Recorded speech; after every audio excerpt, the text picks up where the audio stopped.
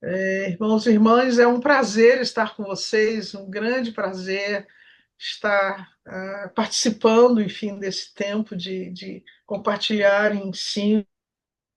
Eu não sou uma pastora, eu sou uma pequena peregrina, e meu lugar de missão também é um lugar de profissão.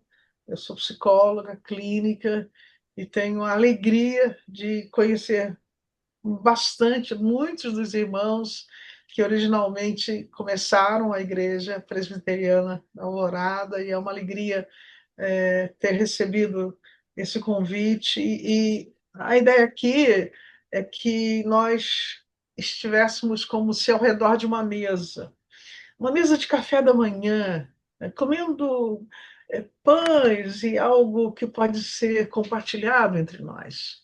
Então, quero falar desse lugar, da clínica, com o qual eu lido aí há pelo menos 4 décadas, uma clínica onde trabalho especialmente com casais, famílias, né? Também individualmente, e com cristãos especialmente, considerando que a ciência é absolutamente importante. A ciência também é um dom de Deus, né? O conhecimento acontece por conta da graça de Deus, por conta da liberação de Deus sobre o conhecimento. É interessante pensar que as múltiplas pesquisas em diferentes campos da ciência, quando o avanço em determinada área acontece, não é simplesmente o esforço dos pesquisadores, mas é uma liberação de Deus, do conhecimento de Deus. O Senhor libera o conhecimento sobre a terra e a ciência avança. Para os que creem é assim, e para os que não creem, embora não creiam, também é assim. Então, quero falar desse lugar a partir da ideia de que comportamentos são estudados, relações humanas são estudadas, não só pela psicologia, não só pela psiquiatria, pela sociologia, mas um conjunto de olhares da área de humanas sobre as relações humanas nos ajudam a entender e a compreender o nosso lugar da cultura, o nosso lugar na contemporaneidade e o desafio de ser casal e família nesses tempos, né? Então, eu gostaria de começar por onde a gente deve começar, pelo início, né? Há muitos anos atrás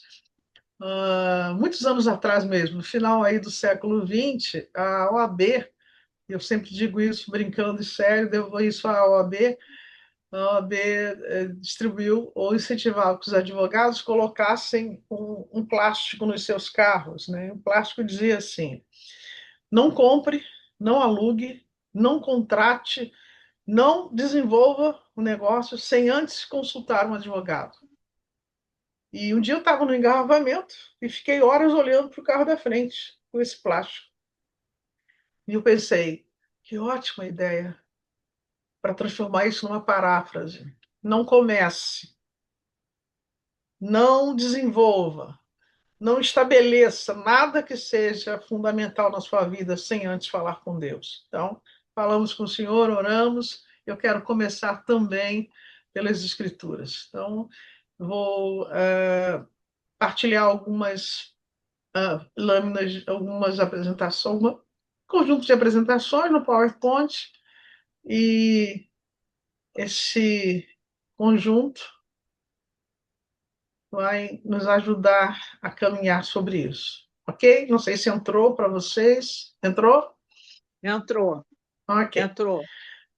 ok. Então, começamos sobre isso. A ideia de falar da conjugalidade, do casamento, né? Como um caminho de crescimento, um caminho de desafios e um caminho de transformação também. O casamento é esse lugar. Por isso que crianças não se casam, porque é um caminho que tem a ver com crescimento, é um caminho que tem a ver com desafio. A palavra desafio, na sua etiologia, quer dizer convite para a luta. Poxa, então, o casamento é um convite para a luta? Também é um convite para a luta, né? e também é um caminho de transformação. Na Escritura, o texto de Provérbios 30, 18 a 19, fala de um caminho maravilhoso. Agur, que é o sábio que escreve esse capítulo 30 de Provérbios, vai dizer assim: há coisas que eu não conheço, há coisas que são maravilhosas sobre a terra. E ele vai falar sobre três coisas iniciais. Ele vai dizer que esse caminho, que é um caminho especial sobre a terra, três coisas que são maravilhosas, demais para mim. Na verdade, é quatro, que eu não entendo porque são maravilhosas. O caminho da águia no céu, um texto que todos nós conhecemos, o caminho da cobra na rocha, o caminho do navio no meio do mar e o caminho de um homem como uma mulher, um homem como uma donzela, um homem como uma mulher. Eu sabe, a essa altura, a gente está pensando num texto aqui que tem, pelo menos, na melhor das hipóteses, em torno de 3.500 anos atrás que esse texto foi escrito. E nesse texto, coisas que são maravilhosas demais para mim. O sábio olhava e dizia assim: caminho da águia no céu, coisa incrível, coisa maravilhosa a águia, né? A águia voa sobre as nuvens. Subitamente ela vista presa, ela faz uma. Consegue fazer um voo, uma flecha, pega presa, que coisa maravilhosa, como é que pode isso? Pensava o sábio. De uma altura tão grande, um voo certeiro, e a presa é colhida pela águia. Que coisa maravilhosa o caminho da águia. O caminho da águia nos lugares mais altos também. Depois ele pensa numa coisa extraordinária. A cobra, a serpente sobe a rocha e a pedra, no entanto, quando sobe, não deixa vestígios. E como é que pode isso? Ela subir sem vestígios, sem que haja um caminho traçado e sem deixar vestígios. O sábio considerou isso maravilhoso. E a terceira coisa que ele disse maravilhoso era o caminho do navio no meio do mar. E a gente pensa milhares de anos, né? Homens que se aventuravam no navio e que seguiam um mestre, um ou dois no navio, e que davam direção. Que coisa impressionante, né? Se guiando pelas estrelas, uma época onde existia o sextante, ou não existia ainda o sextante, que coisa extraordinária. Como é que o navio pode atravessar o mar e chegar em outro lugar? Eu disse, isso é maravilhoso. Mas há uma quarta coisa que ele chama de maravilhosa, que é o caminho de um homem com uma mulher. E, de fato, o caminho de um homem com uma donzela é uma coisa maravilhosa. Mas essa coisa que é chamada maravilhosa, porque tem poesia nisso, tem imaginação, tem expectativas, tem possibilidades. Essa coisa, esse caminho maravilhoso pode ter outros adjetivos. O casamento pode ser um lugar dramático. O casamento pode ser um lugar pesado. O casamento pode ser um lugar difícil. O casamento pode ser um lugar horroroso. O casamento pode ser um lugar indescritível por tantas dificuldades. Esse caminho pode ser maravilhoso, mas ele pode não ser por muitos motivos. O principal deles tem a ver com a nossa herança adâmica, né? O primeiro estranhamento humano aconteceu entre Adão e Eva. Né? Esse estranhamento acontece quando há uma pergunta de Deus e o homem responde: a mulher que tu me deste, ela me mostrou o fruto e eu comi. Então aparece um estranhamento. A queda, eu costumo pensar e dizer que a queda, ela mereceria, futuro do pretérito, mereceria uma, uma placa imensa assim no meio da terra, lá no Equador, chamado pecadômetro. Não sei se os irmãos sabem, em São Paulo tem um impostômetro, né?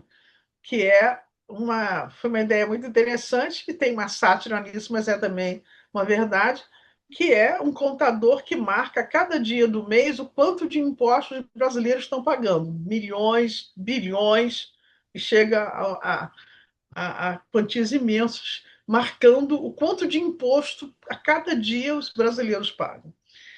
E uma vez olhando isso em São Paulo, eu falei, caramba, se tivesse no Equador uma placa chamada pecadômetro, a gente hoje estaria ainda arrolando as possibilidades de consequências do pecado. Com a tecnologia, novos pecados aparecem, novos erros de alvo aparecem. Lembrando que pecado tem a ver com hamartia, que quer dizer erro de alvo. Então, quantos erros de alvo as novas tecnologias acabam propiciando também aos casais, né? Por exemplo, com tempo de telas excessivos, né? Por exemplo, com acesso a material não adequado a crianças, a filhos, portanto, acesso direto a conteúdos eróticos e pornográficos, novos pecados, antigos pecados com possibilidades outras. O caminho pode ser maravilhoso, né? Mas pode ser também um caminho com muitas dificuldades. Em realidade, usando ainda provérbios, uma conjugalidade madura, mais saudável, podia ser melhor descrita como o texto de Provérbios 27, 17, né? Como o ferro afia o ferro. Assim, um homem ou uma mulher afia o seu companheiro. Isso é um texto maravilhoso. O casamento é um lugar, está muito mais para machado com machado do que para flores e só abraços, né? O casamento é um lugar onde a gente se afia. Esse texto tem a ver com amizade, esse texto tem a ver com caminhar juntos, né? Como ferro afia o ferro, assim um homem ou uma mulher afia o seu companheiro. E a gente precisa lembrar que quando o ferro afia o ferro, saem faíscas, né? O resultado é bom, o instrumento fica afiado, mas o custo disso implica em que esse afiar não deixe de ser feito para que o fio seja perdido. Finalmente, o texto que se cita muito, que é o texto de Eclesiastes 4:12, melhor é serem dois, porque se um vem contra eles, se alguém vem prevalecer contra um, os dois lhe resistem. E no final desse texto de Eclesiastes, um cordão de 3 dobras não se rompe facilmente. E com o Evangelho, entendemos que essa terceira pessoa é a pessoa do Cristo, a pessoa de Deus. Essa é a terceira pessoa, que em realidade deve ser a primeira. Então, a primeira coisa a dizer é que um casamento é para gente grande, né? As questões se tornam mais complexas e desafiadoras quando o casal se casa na adolescência, né? Quando aparece um casamento de gente muito jovem na adolescência, o desafio para que isso se mantenha como casamento é muito grande. Acho que a gente sabe, e as neurociências que nos ajudam nisso, que até os 25 anos o cérebro está amadurecendo. E ali, entre 25 e 26 anos, o cérebro termina as últimas alterações para o amadurecimento. Então, um casamento que acontece muito cedo ainda tem que lidar com as instabilidades desse processo de amadurecimento dos dois que estão ainda muito adolescentes nessa história. E não é incomum que gente que se case muito cedo, 18, 19, 20 anos, tal, rompa, não consiga levar, não consiga atravessar os primeiros 5 anos do casamento por conta das próprias instabilidades que estão acontecendo. Então, às vezes, quem é mais velho tem filhos, e às vezes a família adota, né, o namorado e a namorada e já vê o casamento, e aí eles rompem.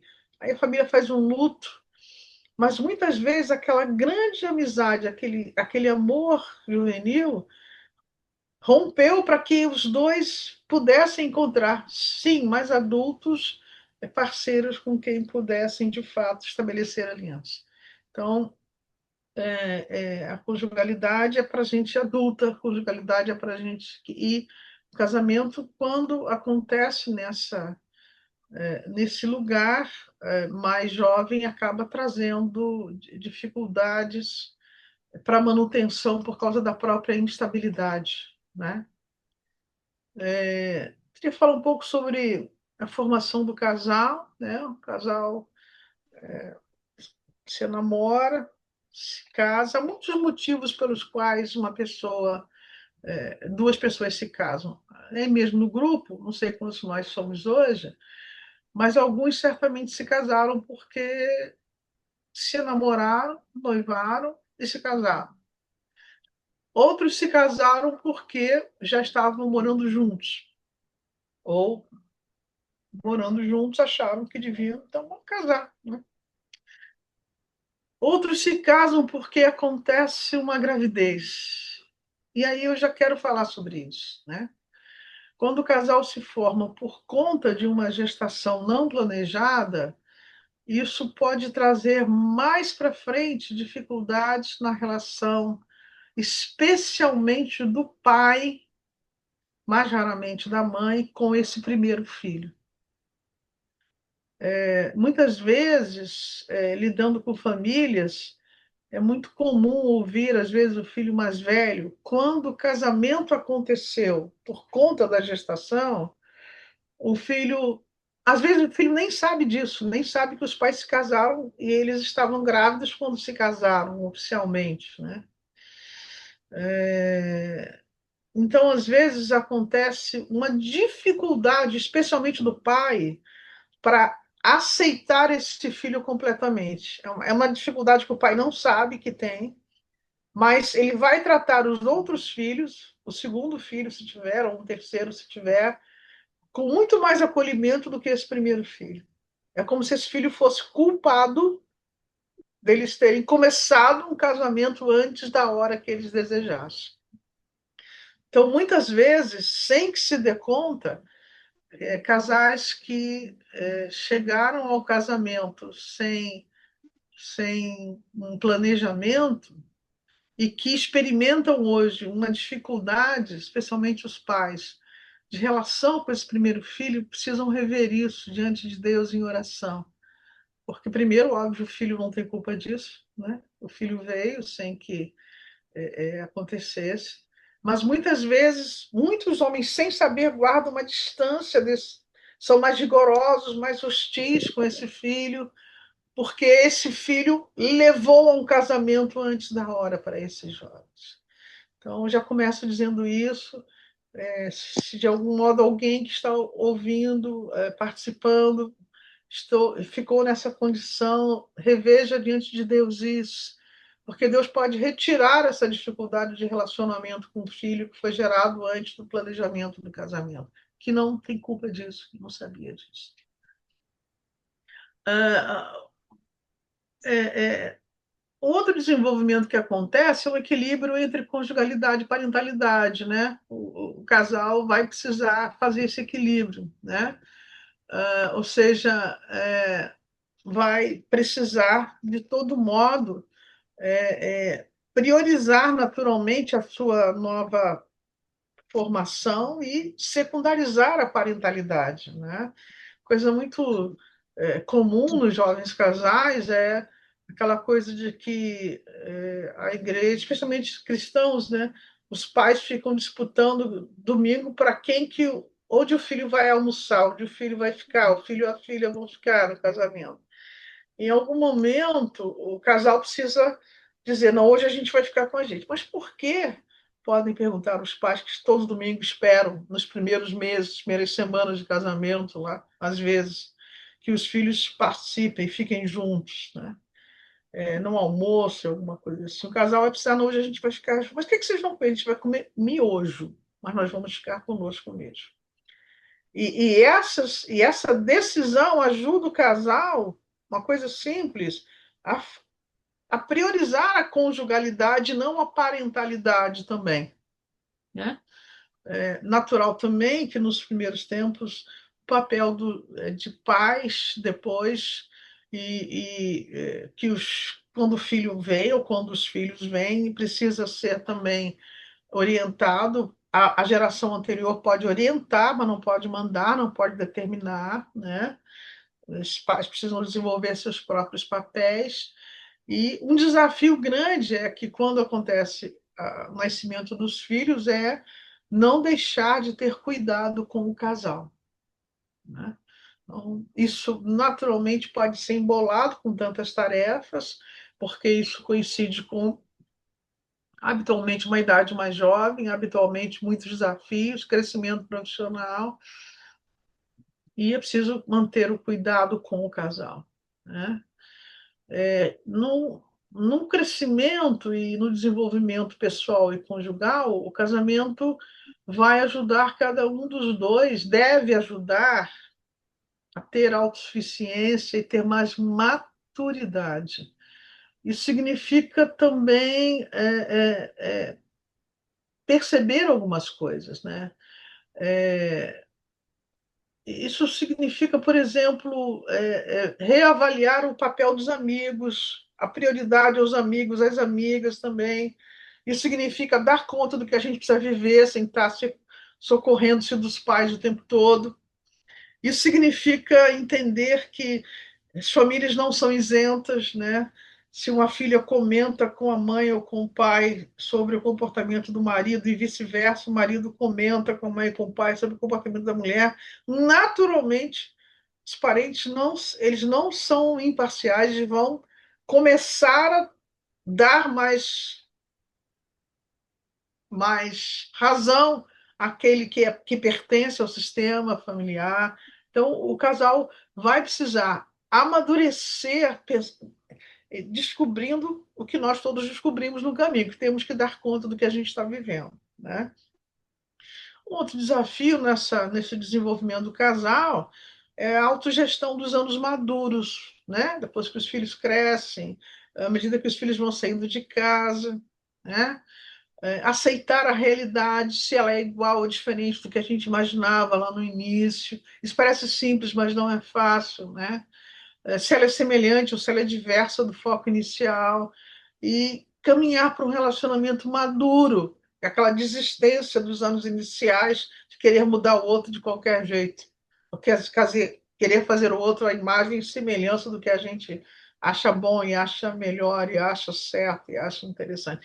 A gente amadurece quando a gente desiste disso e começa a lidar com o outro por si mesmo, né? Finalmente, irmãos, o papel da fé e da espiritualidade sadia, né? É interessante adjetivar espiritualidade sadia, porque pode haver uma espiritualidade que não seja sadia, né? Uma espiritualidade que possa ser impositiva, uma espiritualidade que possa ser nominal, né? Uma espiritualidade que não coloca Deus em primeiro lugar em todas as coisas, né? E o papel da fé no casal que se forma, no casal que tem filhos pequenos, adolescentes, adultos.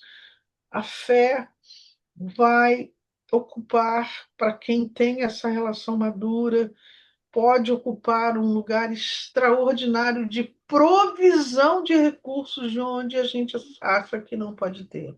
Isso diante de crise, de adoecimento, de perdas, de ataques ao casamento, a fé pode nos ajudar e nos orientar com relação ao que é fundamental para esses tempos, para que o sistema aconteça, né? Falar um pouco sobre o óbvio aqui para vocês, quero que a gente converse em algum momento, certamente, né? O desafio do casamento é amar o diferente. É muito interessante que, quando a gente começa um casamento, a gente fala, poxa, a gente tem tantas afinidades, a gente tem tantas afinidades. E sempre que é uma crise, ou quando a crise fica muito alta e vai se procurar ajuda profissional, é uma fala uníssona de todo o casal em crise. Ah, nós somos muito diferentes.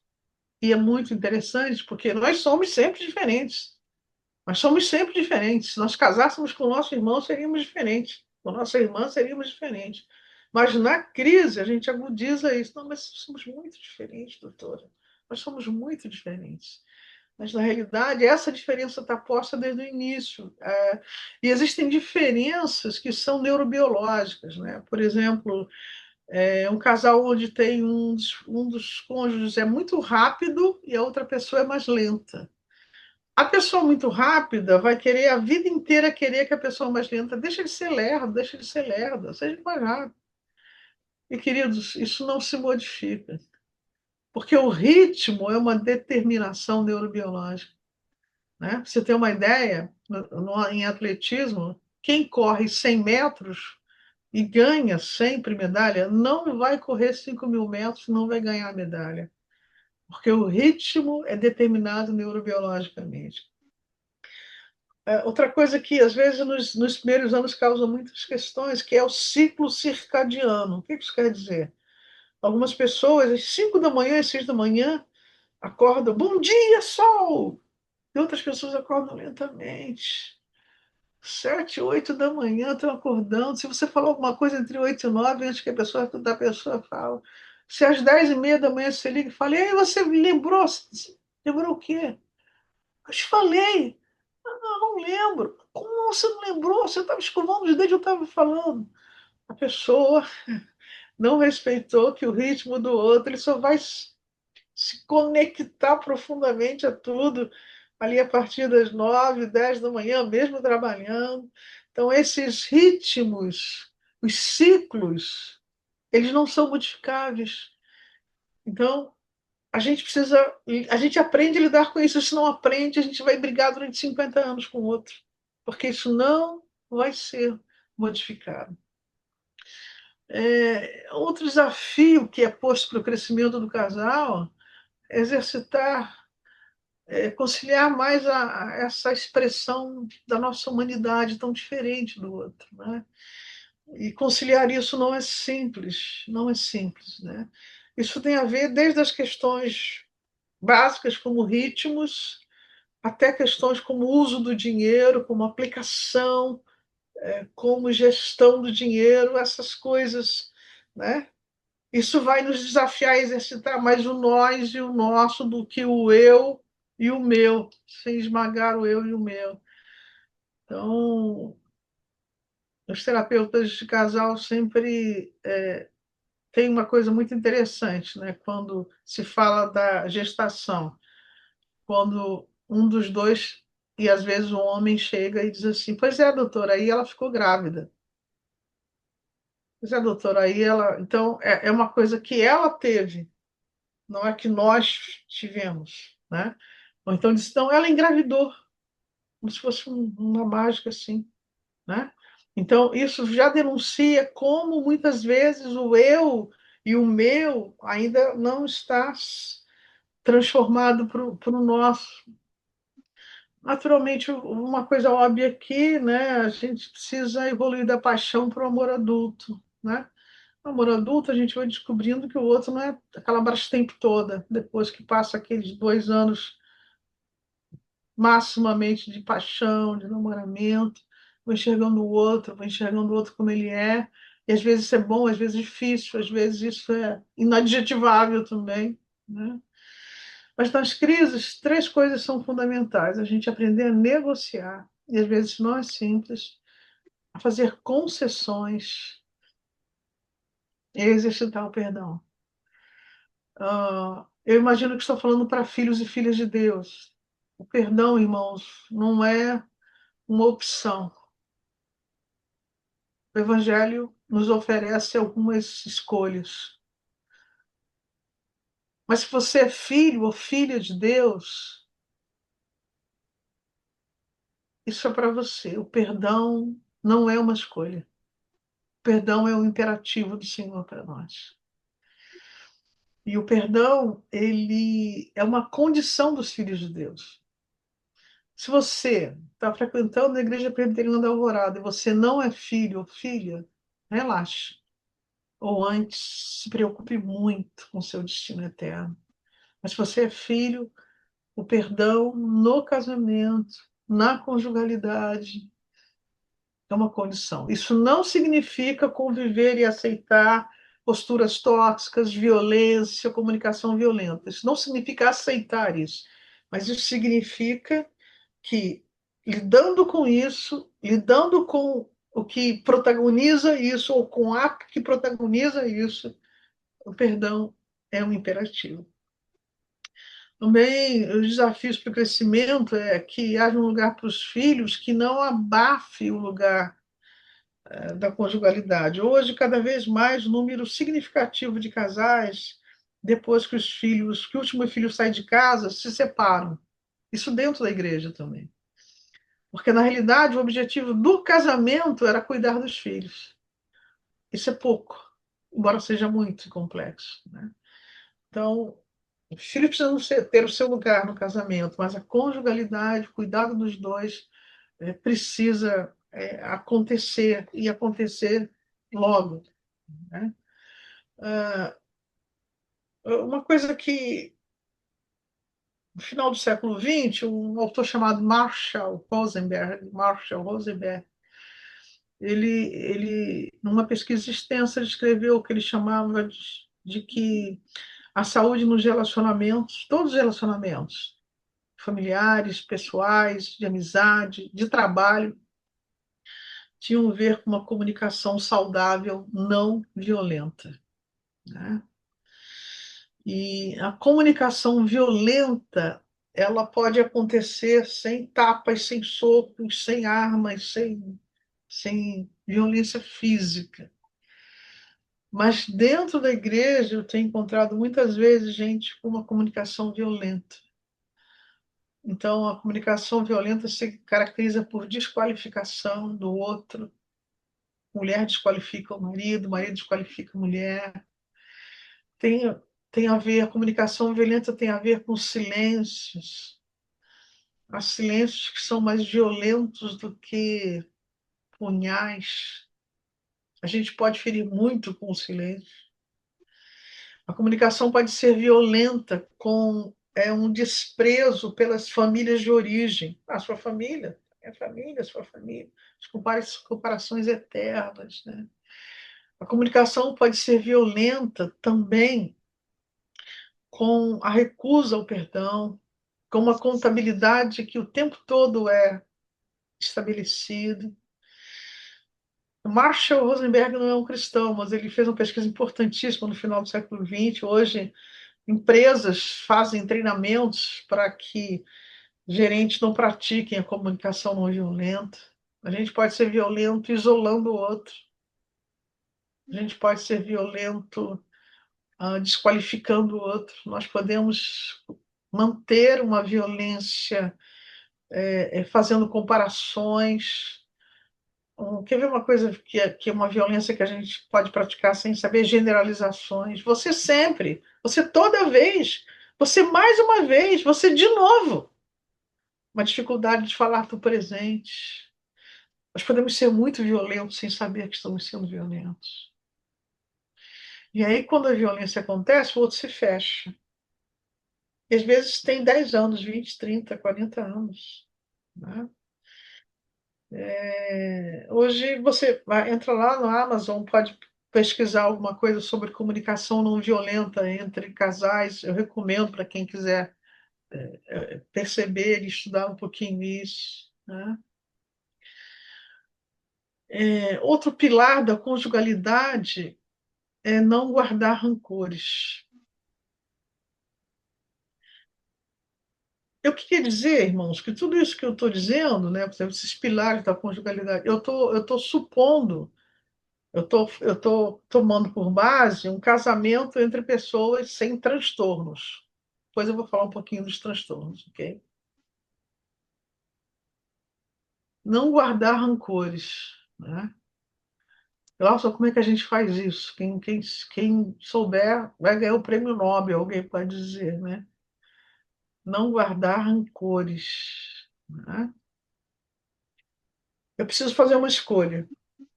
Eu preciso fazer uma escolha, né? Pedir para o Espírito Santo examinar meu coração, confessar a minha dificuldade de não lembrar Eu preciso tratar isso com o outro, preciso ter conversas honestas. Uma coisa que eu recomendo muito a casais em crise, ó, vocês vão precisar, não pode ser assim, não pode ser essa bagunça. Acorda às 5 da manhã, já xinga o outro, já chega em casa, abre a porta, já diz outras coisas. Tem que organizar.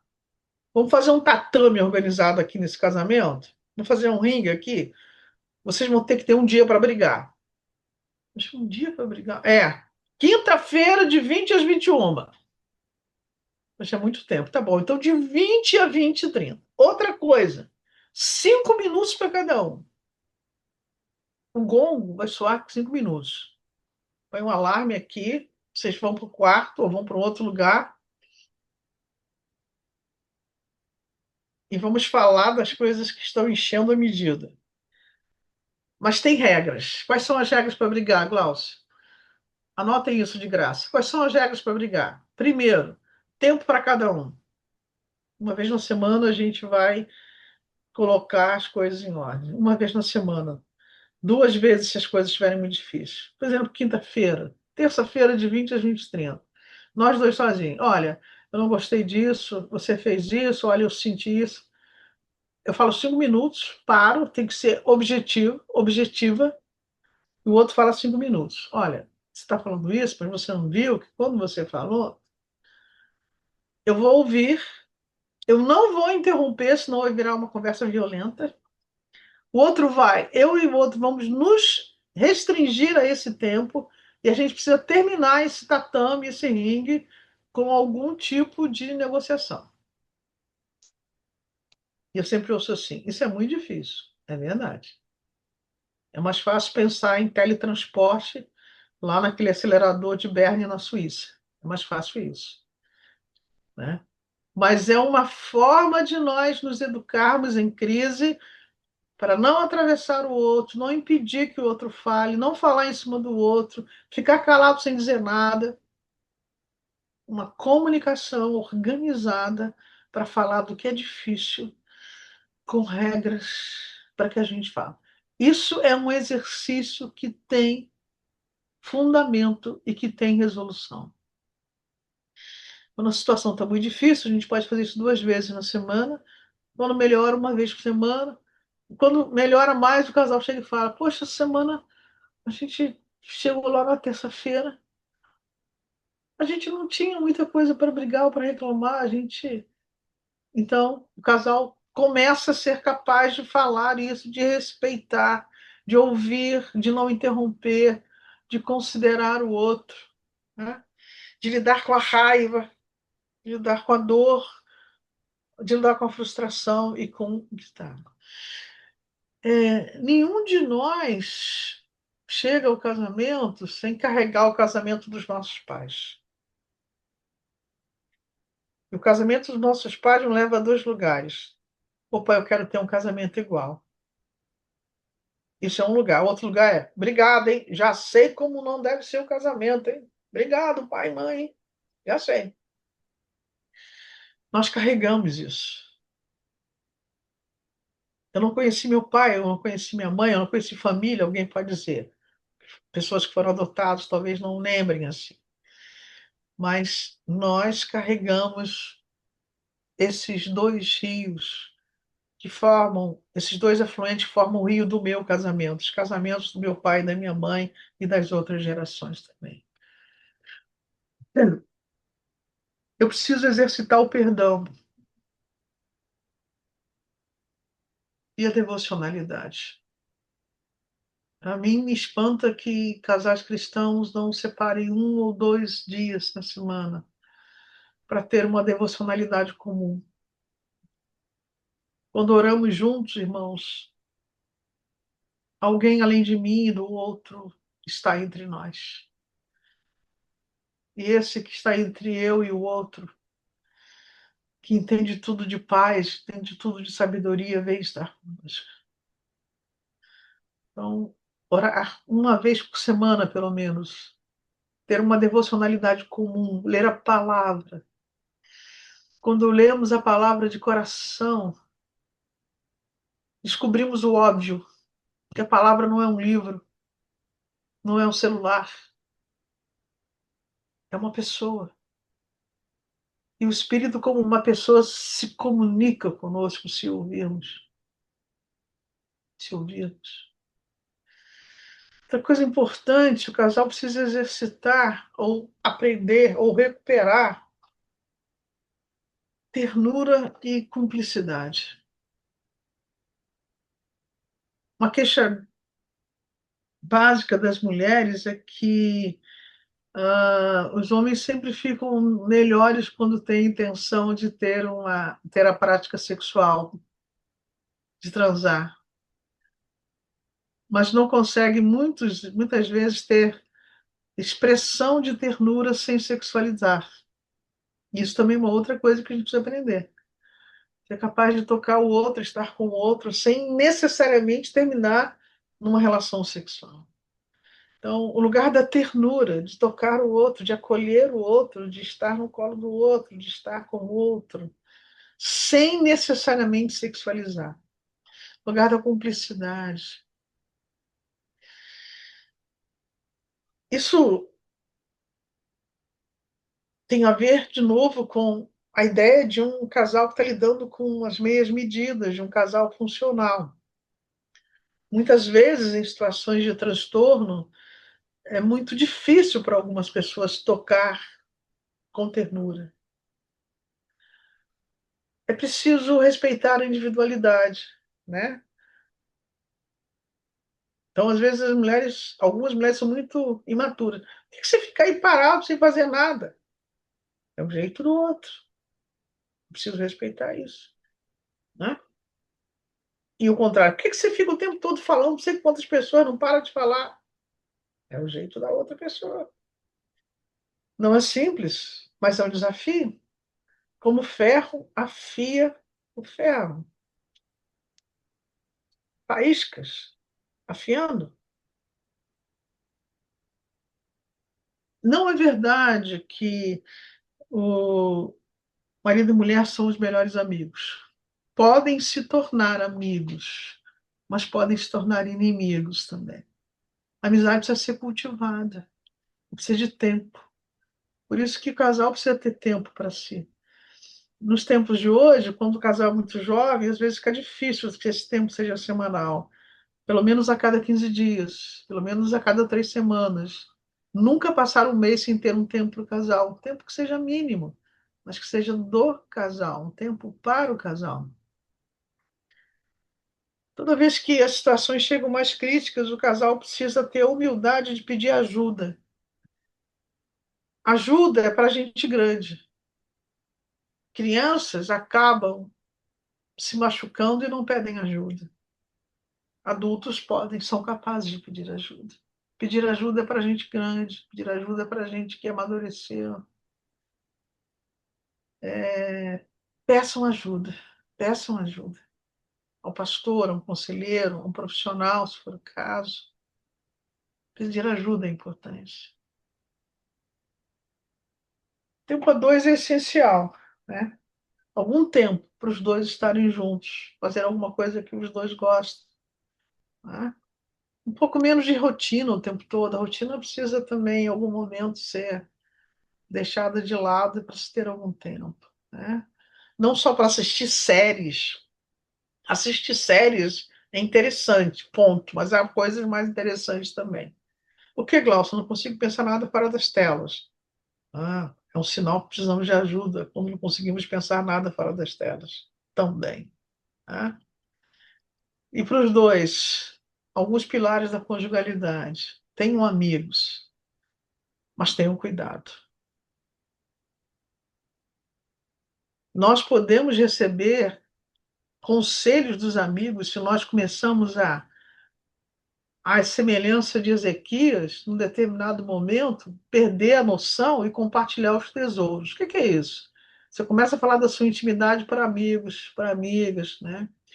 Quanta gente se envolve em relações extraconjugais no trabalho porque começa a falar o homem para a mulher para um homem, um colega de trabalho, uma colega de trabalho sobre o casamento. Isso vai gerando confiança, começa a ver compartilhar confidencialidades, daqui a pouco começa a ver envolvimento. Nós fomos feitos de tal maneira, irmãos, de que se nós compartilhamos o que é mais íntimo, nós nos afeiçoamos à pessoa com quem eu compartilho isso. Isso tem a ver com tudo. Por que que, por exemplo, nos salões de cabeleireiro e nos barbeiros também eu descobri, o sujeito está tocando você, você acaba, só falta fazer confissões de assassinatos. Quando somos tocados, nós nos abrimos. Existe também uma forma de se abrir em termos relacionais. Então, tenham amigos, mas tenham cuidados com a confidencialidade do que é partilhado. Porque muitas vezes, eu repito, pessoas chegaram a situações de envolvimento no trabalho, né, por conta de compartilhar o mais íntimo, né? E aí esse amigo que está ouvindo, essa amiga que está ouvindo, daqui a pouco começa a acontecer um envolvimento. Isso é certo e líquido. Se a pessoa vai, continua nisso, sem perceber, a possibilidade disso acontecer é muito alta. Porque você é um sapiens sapiens, como que era a ciência, ou você é um filho e uma filha de Deus com uma herança adâmica, como que era a palavra. Não precisamos. Tenham amigos, tenham cuidado. Ah, se a gente pudesse, se a gente pudesse, não sei quanto tempo eu tenho, acho que alguém pode me ajudar aí? Acho que meu tempo já chegou, né? Alguém pode me ajudar quanto tempo eu tenho? Eu queria abrir para a gente conversar sobre isso. Olha, oi, doutor, oi, doutora Glaucia, Márcio. Finalmente Oi, consegui Márcio. entrar. Tudo bem? Tive um Oi, probleminha no Márcio. início, mas já consegui pegar desde o início. A senhora pode ficar à vontade, tá? Pode Tá. concluir com calma e a gente vai abrir no finalzinho para perguntas e respostas. A minha Perguntas preocupação não é e o seu tempo mesmo, tá? tá, perguntas e Fica bom. contribuições. Ok. Tá bom. Isso aí, Obrigado, com Márcio. certeza. Nada, Prazer querido. vê-lo online de novo, tá? É, maravilha. Vamos nos falar mais em breve. É, Um abraço. ok. Bom, assim, para os terapeutas de família e de casais, a família tem também um desenvolvimento, né? Existem desafios, tarefas emocionais em cada fase. Por exemplo, o jovem casal sem filhos, eles têm um grande desafio nos 2 primeiros anos, se ele ainda não tem filhos, né? O desafio da adaptação, o desafio de lidar com menos ingerência das famílias, né, de origem. Eu, há um tempo, ouvi uma história que parece uma história incomum, mas não é. O jovem marido, ele sempre saía de casa, ia para o trabalho, mas antes, quando ele voltava do trabalho, ele sempre passava na casa da mãe dele. Aí ficava lá 1 hora, comia alguma coisa e voltava. Todos os dias, de segunda a sexta.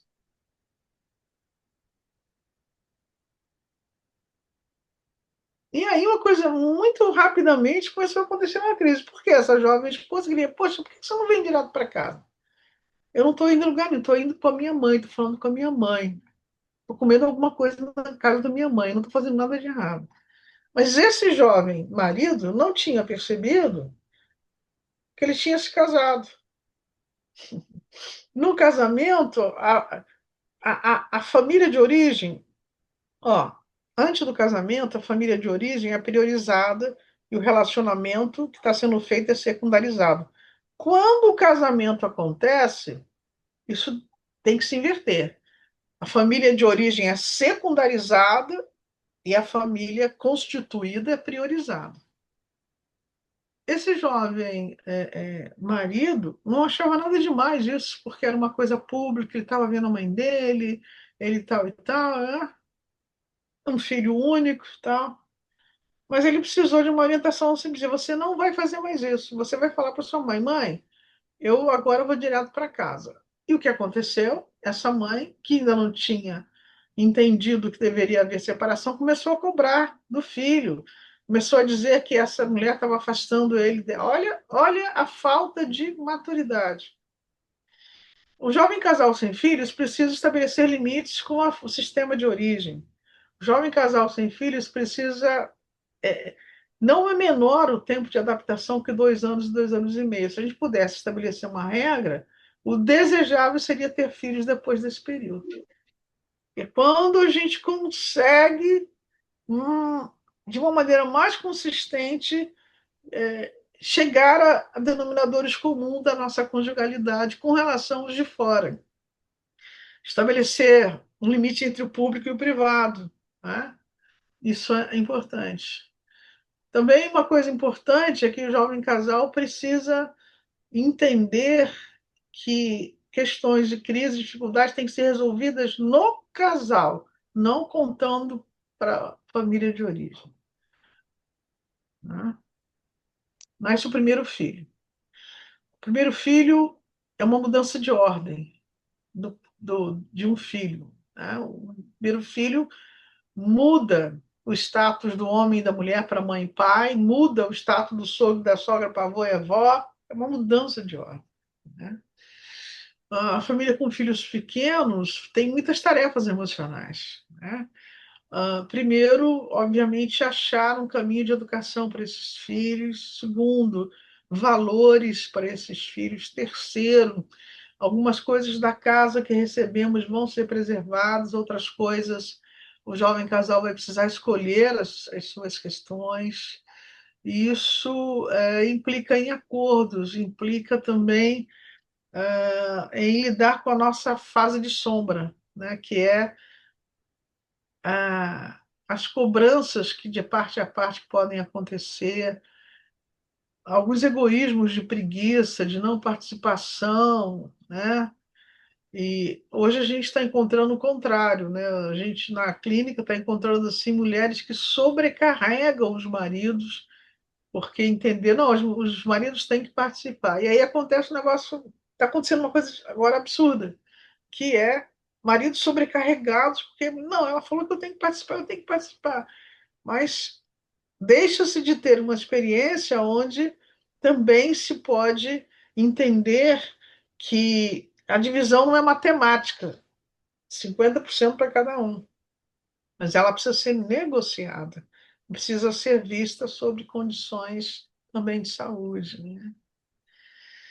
Ah, quando os filhos se tornam adolescentes, e às vezes na família você tem diferentes fases, tem um filho criança, um filho pré-adolescente, adolescente, mas você tem que lidar com outros desafios, né? Que é os amigos que vêm para casa, eles irem à casa de outros. Os adolescentes são muito bons para mostrar as nossas contradições, né? Para informar para nós as nossas contradições também.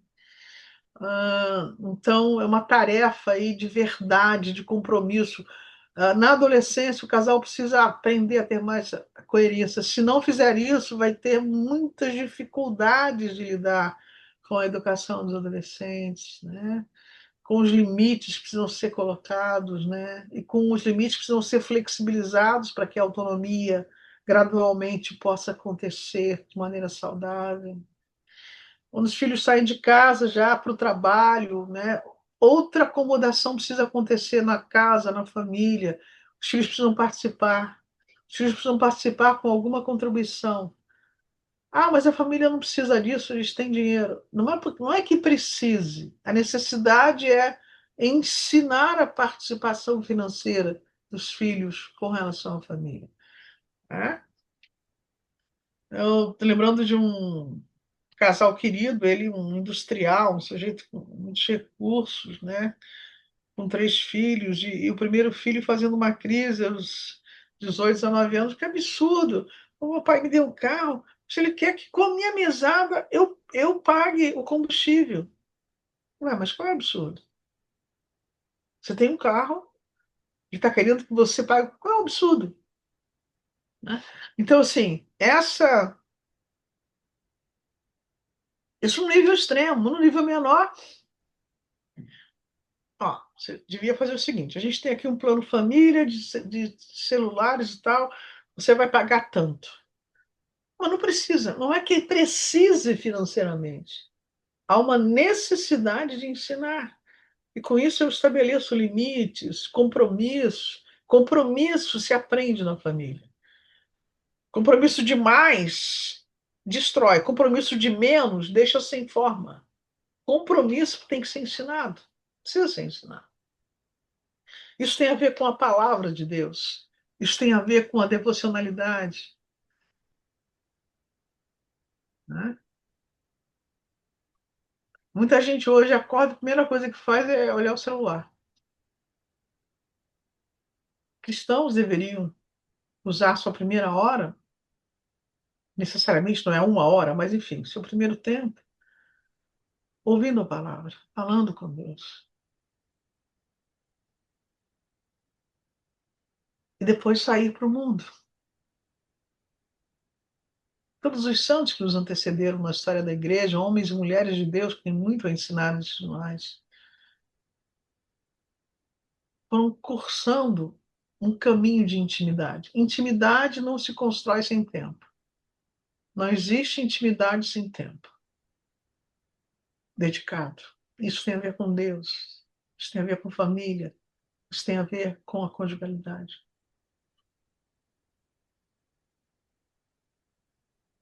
Quando os filhos, então, saem de casa e estão transicionando para a sua nova família, outras tarefas emocionais que a conjugalidade pede, né?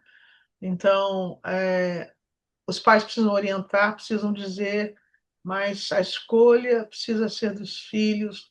Cabe-nos orar, orientar, dizer, falar e, finalmente, entender que esses filhos e filhas estão fazendo escolhas não só a partir da legalidade da maioridade ou não, mas estão fazendo escolhas por causa de um processo de individuação. Eles estão caminhando e se desenvolvendo nisso. Orar, orientar, dizer, é sempre fundamental. Não desistir disso. Não desistir disso. Independente das situações novas que aparecem, os filhos que escolhem ter relações sexuais antes do casamento e que chegam a casa dizendo: Olha, a filha chega, olha, fulano vai dormir aqui, tá, mãe? Tá, ele pode dormir, mas não vai dormir no seu quarto. E se a filha disser: Ah, mas você acha que se ele não dorme aqui, que a gente não dorme junto? Filha, filho, você está escolhendo isso, não é uma escolha minha. Aqui não vai ser assim.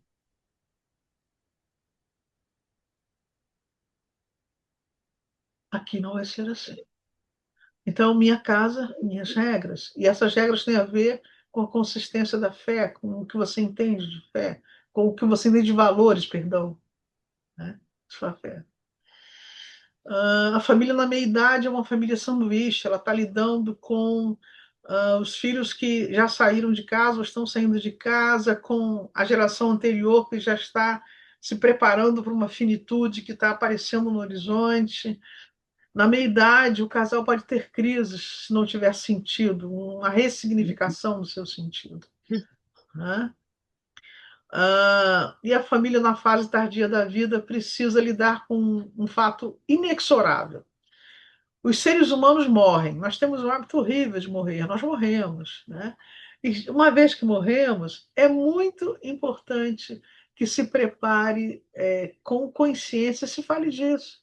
Se existem bens, os bens precisam ser pensados, precisam ser pesados, precisam ser de maneira adequada.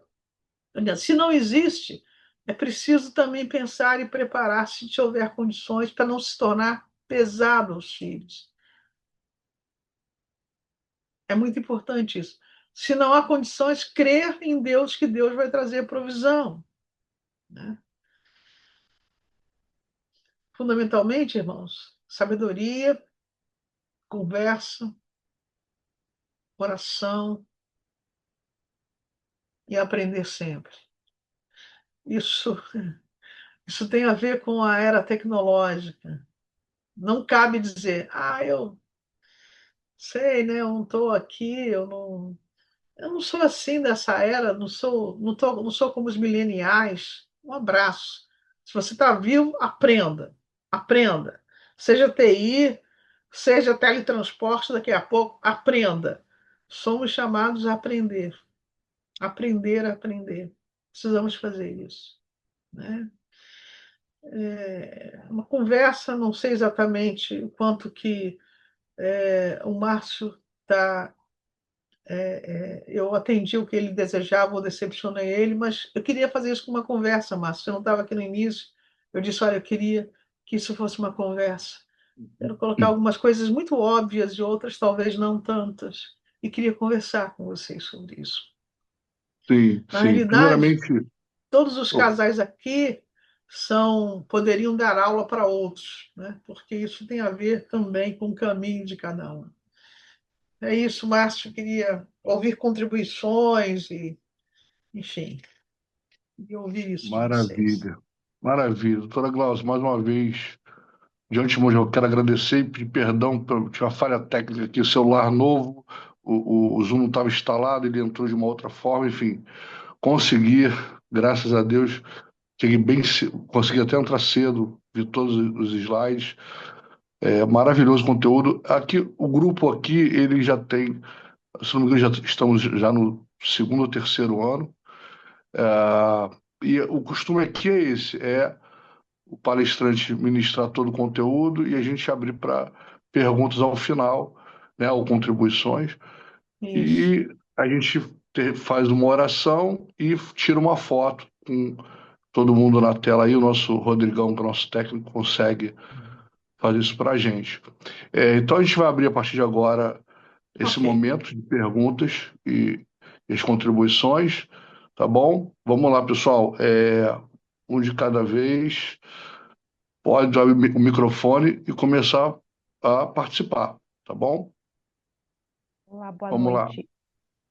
Boa noite, me Boa ouve? noite. Ouvimos Débora Fernanda, é isso? Isso mesmo. É a primeira. O Márcio falou que, que o grupo já se encontra há muito tempo. Essa é a minha primeira vez aqui no grupo, que eu entrei recentemente ali pelo pastor Aloysio. Débora, deixa eu te interromper.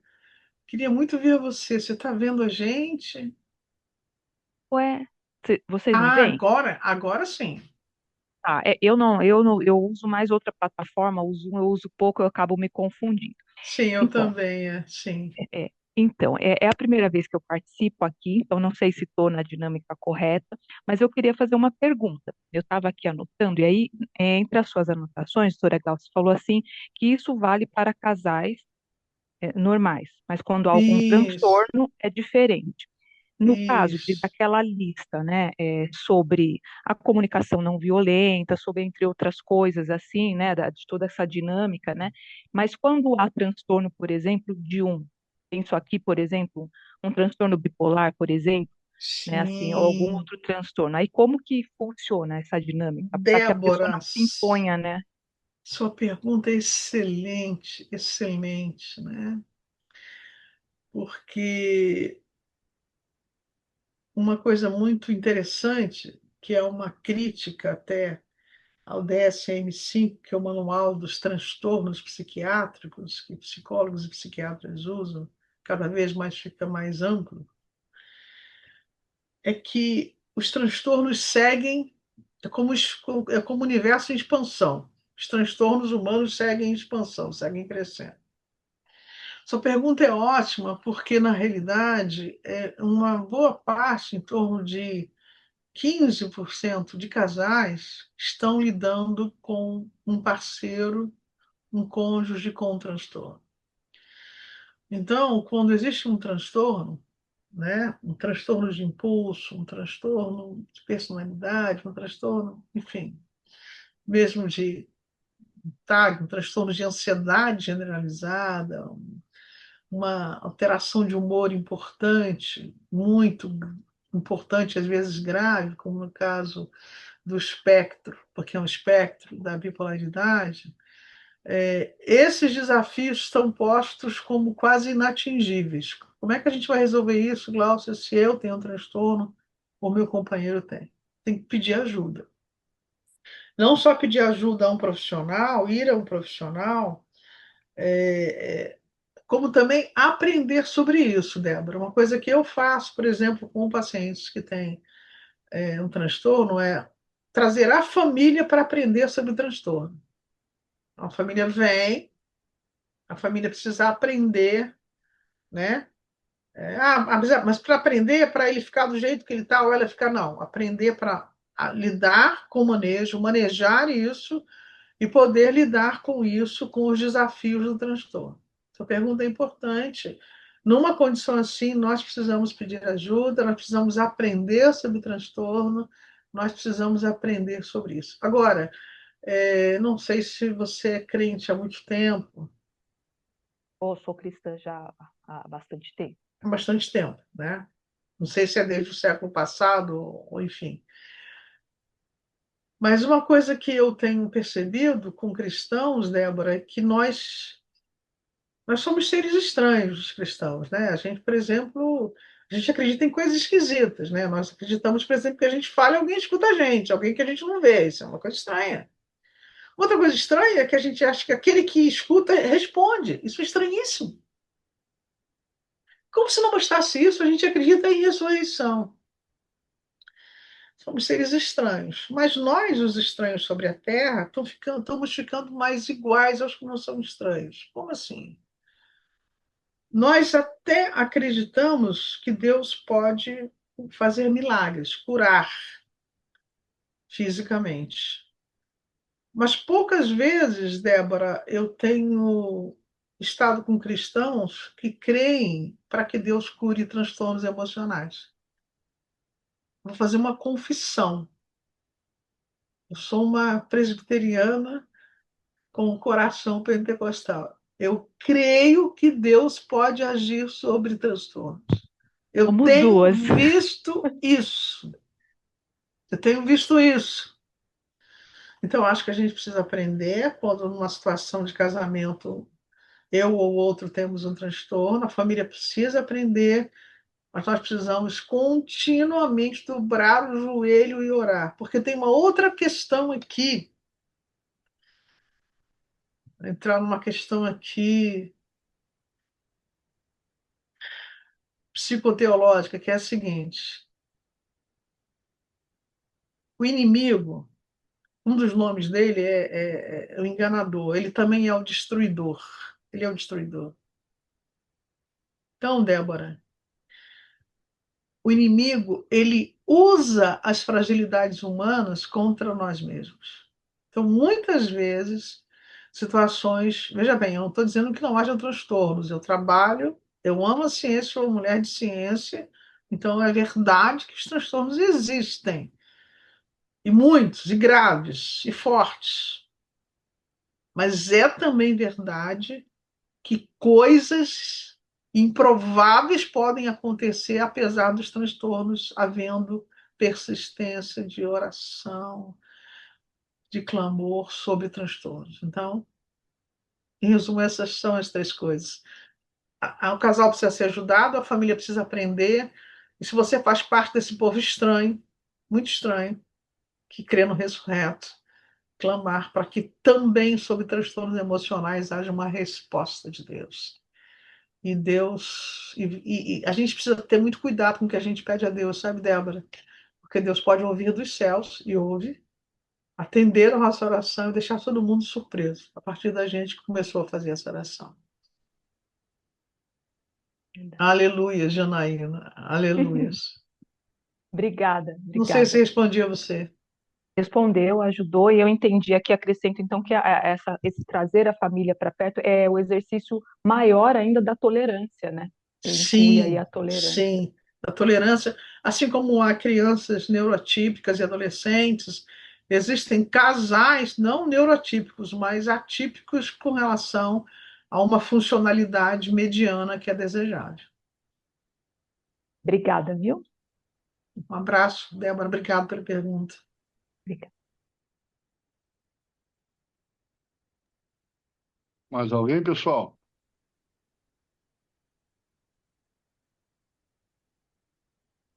Dou-lhe uma, dou-lhe duas. Vamos lá. Mais alguém? Não vou. Vamos partir para o encerramento. Vamos fazer uma oração, agradecendo aí a generosidade da nossa querida palestrante, nossa irmã querida, doutora Glaucia Medeiros, que Foi uma benção, uma benção. Olha, eu recebi muito aqui. Mais alguém aí quer fazer alguma pergunta, alguma ponderação? Vamos lá, mais um. Vou bater o martelo de novo. Dou-lhe uma, dou-lhe duas, dou-lhe três. Doutora Glaucia, mais uma vez, muito obrigado Sim, aí. Márcio. Desculpa o mau jeito, eu não Irmão, consegui você mesmo. não me deve desculpas. Você está perdoado. Está Obrigado, meu amor. Obrigado. perdoado, irmão. Muito obrigado. É, foi assim uma honra, né? Eu sei da sua agenda, como foi difícil a gente conseguir achar essa agenda, mas Deus é bom, Deus foi generoso no nosso grupo mais uma vez, nos brindando com uma irmã tão preciosa como você. E nós queremos orar, vou orar aqui, e após a oração, vamos fazer o nosso melhor sorriso para a gente tirar a foto e eternizar esse momento aqui. Lembrando que esse encontro foi está sendo gravado e breve estará disponível aí nas nossas plataformas aí de contato, tá bom? Então vamos Márcio, orar. Senhor amado, Márcio, muito obrigado, Pai, por esse dia, muito obrigado pelo privilégio de sermos teus filhos, de isso. termos, Pai, um momento como esse, no meio da correria do dia a dia, das aflições desse mundo caótico, Meu e podemos Deus. ouvir mensagem tão oportuna, Pai, tão a tempo, para que a gente possa ter ferramentas para lidar com esse tesouro que é o casamento. Verdade, Vivemos Senhor. dias de ataques violentos contra a família, Pai, através dessas ideologias malignas do inferno que têm se levantado, espalhado por todo o globo terrestre. Deus amado, muito obrigado por essa voz, essa luz que nos iluminou, Pai, com a tua palavra, com a tua verdade libertadora, tua Meu verdade Deus. que nos leva ao lugar Oh, ideal, que Deus. é o centro da tua vontade. Deus amado, guarda a família da doutora Glaucia, sua Amém, vida, continua Senhor. usando poderosamente Oh, por onde ela Deus. passar. Por Guarda favor, também cada Senhor. lar aqui representado através desses irmãos que participaram da reunião de hoje.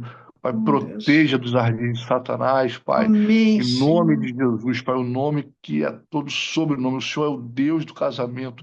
O Senhor fez Amém, o homem Senhor. e a mulher para que enchessem a terra através Verdade, Pai. desses grupos familiares. Senhor, em nome de Jesus, guarda a família brasileira, guarda as Amém, famílias Senhor. espalhadas por toda a terra, no poder e na autoridade do nome de Amém. Jesus que nós oramos, com perdão dos nossos pecados.